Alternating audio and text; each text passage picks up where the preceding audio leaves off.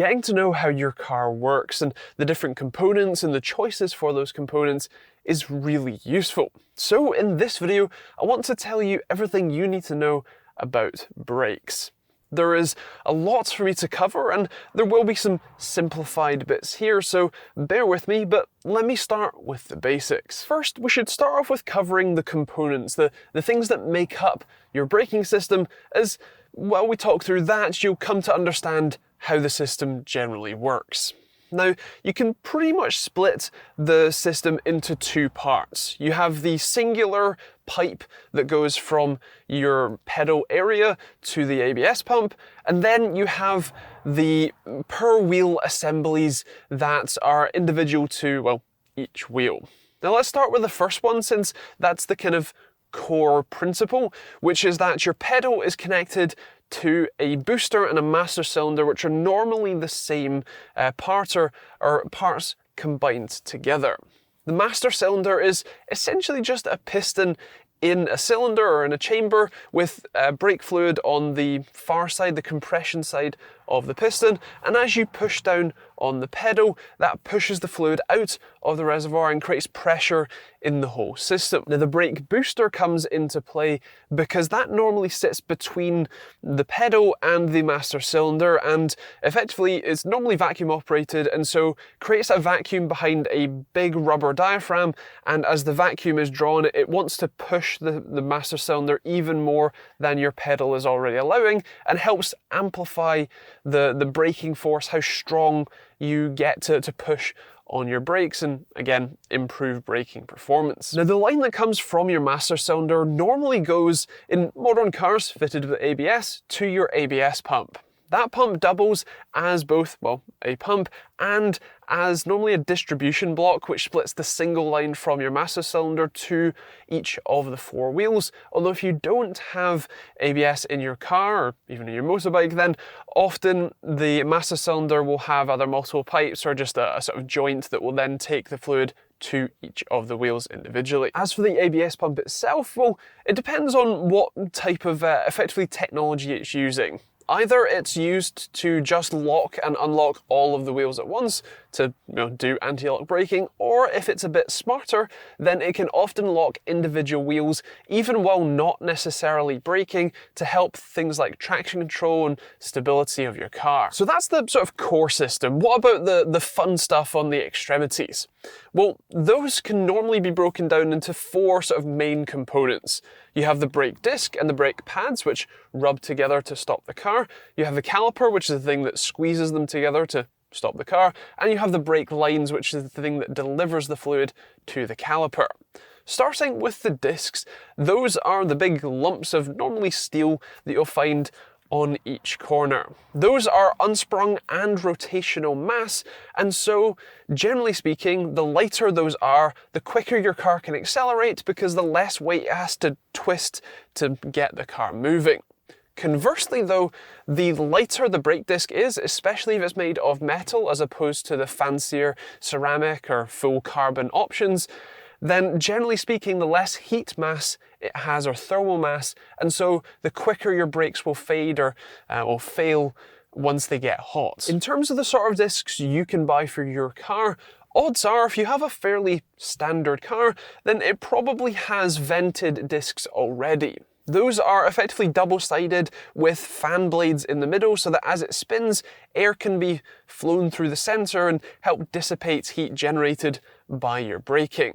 If you have, let's say, a more budget-oriented car, you might not have vented discs. Those are often a lot thinner and therefore a lot lighter, but also tend to suffer from brake fade if you're to drive them more spiritedly. There are a couple of other different types of brake disc or brake disc options that you might find, especially on more performance-oriented cars.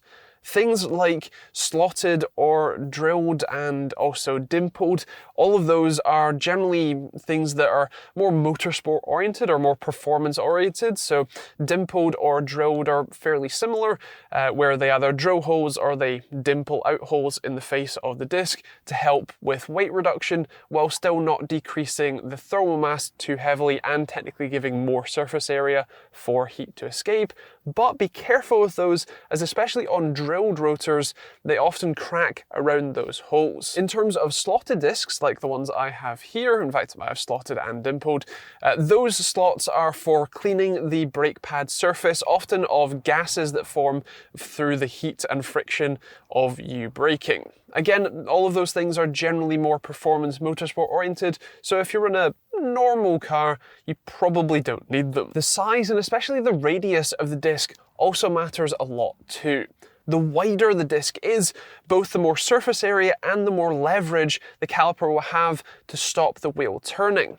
But the larger the disc is, generally speaking, the heavier it is as well, which is where extra, well, I guess options come in terms of brake discs you can get. So there is a thing called two-piece or floating, which is where the center of the brake disc is a piece that you can reuse and is normally made of a lighter aluminium, for example, whereas the actual disc surface itself gets bolted to that center piece, and the outer disc or the outer ring is normally your normal steel. Like I mentioned earlier, you can also get other types of brake disc depending on what type of car and what type of performance you're going for. You can get ceramic or you can get full carbon discs, although with carbon ceramic and with full carbon discs, they often don't heat up and they don't bite very quickly, which means that you often need to warm them up before you get any amount of braking performance out of them. Next up are the pads. Those are the things that grip onto the brake discs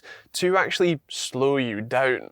The pads come in a variety of different formulas, compounds, and even different types, and I would be here for hours if I was to explain every single one. So let me explain the main compound types and go from there.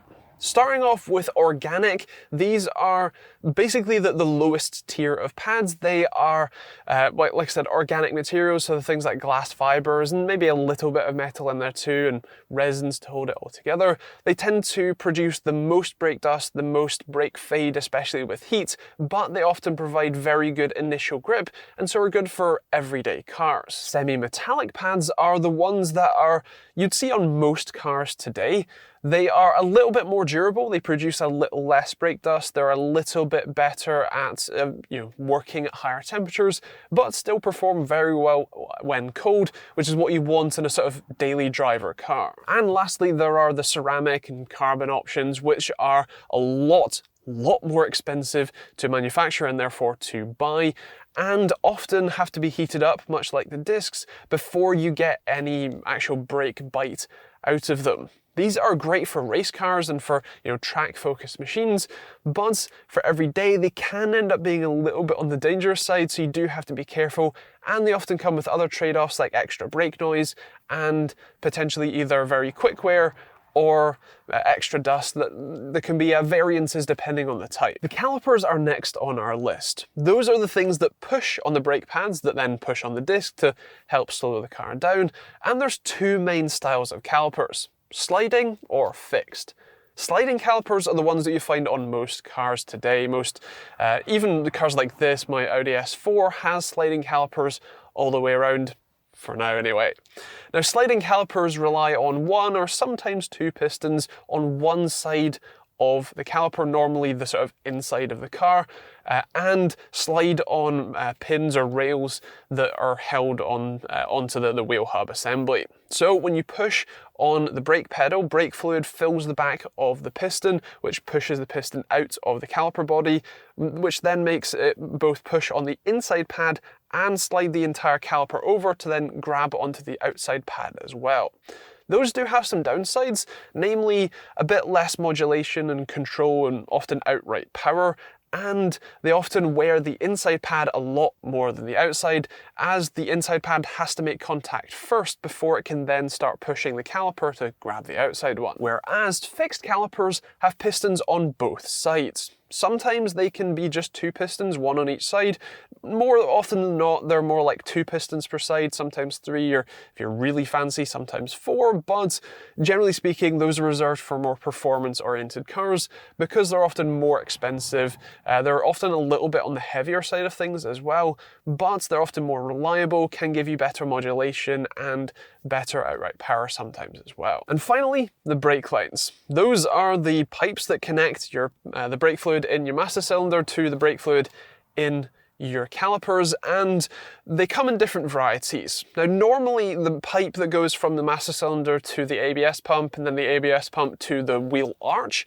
is normally a hard line, and normally steel or copper pipe, which is very brittle. You can't bend them. They don't, work over suspension very well, but those are normally the strongest because it's metal and there's absolutely no give there. They also, unless they're rusting or copper corroding, they don't generally wear out. Whereas the sort of last mile, if you like, the last, well, I guess meter between where the hard line ends and your brake caliper, especially if you have independent suspension, is normally a soft rubber tube. Now I say soft because it's flexible, not necessarily because it's going to bulge out or anything. They normally have fiber weaves all the way through them, so they are pretty strong, but they are susceptible to cracking, and especially later in their lifespan tend to get brittle and break relatively easily. The normal aftermarket upgrade for those rubber lines is braided hoses. Those use Teflon cores and steel braided wire to basically hold everything tight, and some say that they improve brake feel as there is a tiny bit of squeeze in the rubber tubing, which is pressure that's not going into the caliper and is being sort of wasted in the lines, but in reality it kind of varies depending on the application. Either way, they do also have a habit of rubbing or eroding through anything else that they're nearby, so if you are swapping them out, just be careful. So that is the parts of your braking system. If you have any questions, do feel free to leave those in the comments down below. If you have any suggestions for future videos like this, or anything that I missed from this video, feel free to leave that in the comments down below as well. And if you want to see more videos like this one on a weekly basis, then check out that subscribe button too. Otherwise, there will be plenty of other videos that you can check out on the end cards, including more sort of how-tos and explanation videos and a load of other stuff, so feel free to check that out. But otherwise, thanks for watching, and we'll see you on the next video.